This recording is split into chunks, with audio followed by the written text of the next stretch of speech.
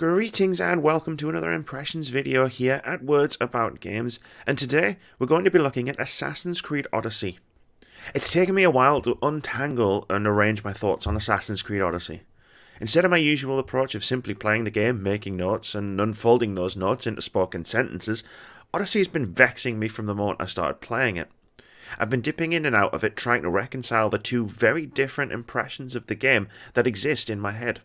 It took me a long while to figure out why during some play sessions I'd come away feeling great about playing an obviously excellent game, whereas other times I came away frustrated by a game that constantly loaded me with busy work side quests that make the fetch quests from World of Warcraft look like epic tales. Now, since this video exists, I've obviously figured it out.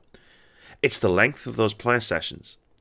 The longer I played Assassin's Creed Odyssey in a single setting, the more chance the game's grind had to wear down my patience, sending me away from its excellent main narrative to kill 5 sharks or collect 3 plants so I could level up and take on the next part of the story.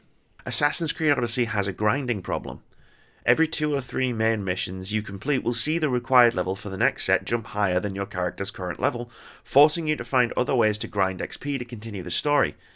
Now, it has to be said, there are some rare side quests that are compelling, but more often than not, you'll be sent to collect some wood for a bowsmith, because apparently being a legendary warrior of Sparta means you're simply the ancient Greek version of an errand girl.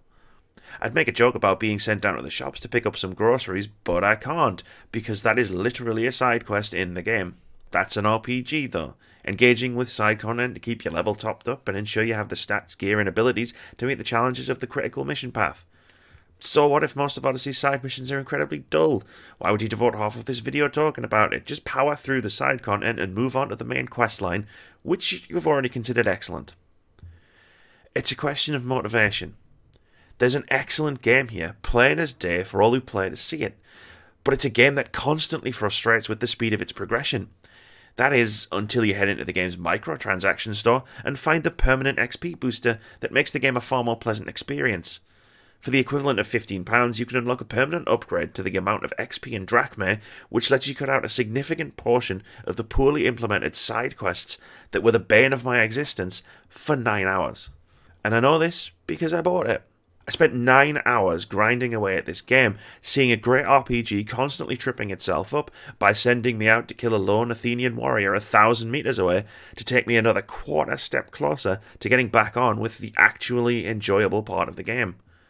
I spent 3 more hours with the ability to be pickier with what side content I engaged with, and found that for an extra £15, I was playing the RPG that I expected to find when Ubisoft raised my hype levels through the roof at E3.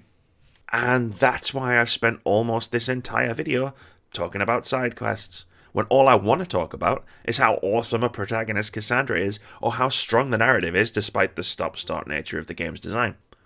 I'd also love to talk about the brilliant stealth gameplay, the engaging combat for when stealth goes out the window, and the excellent cult system that revives one of the best parts of the original Assassin's Creed, uncovering assassination targets by finding information about them, and gives it new life.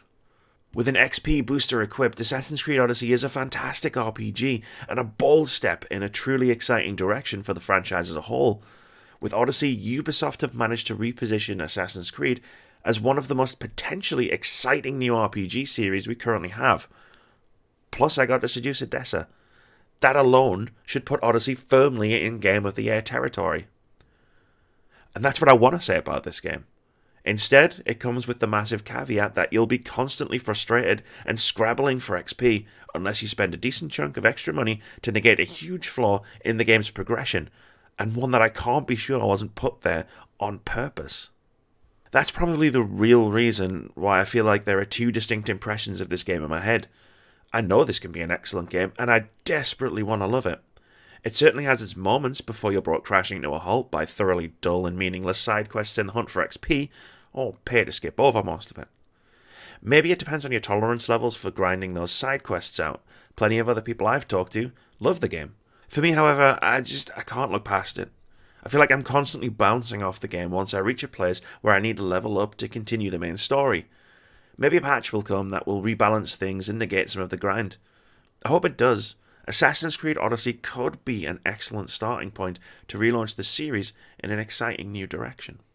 Thank you very much for watching this video, guys. If you've enjoyed it, please keep it here at Words About Games. We've got tons of content, including our weekly podcast, more impressions videos, patch notes, and our weekly indie game of the week. We also stream over on Twitch at twitch.tv/wordsaboutgames every Monday, Thursday, and Saturday. And most importantly, have a great day.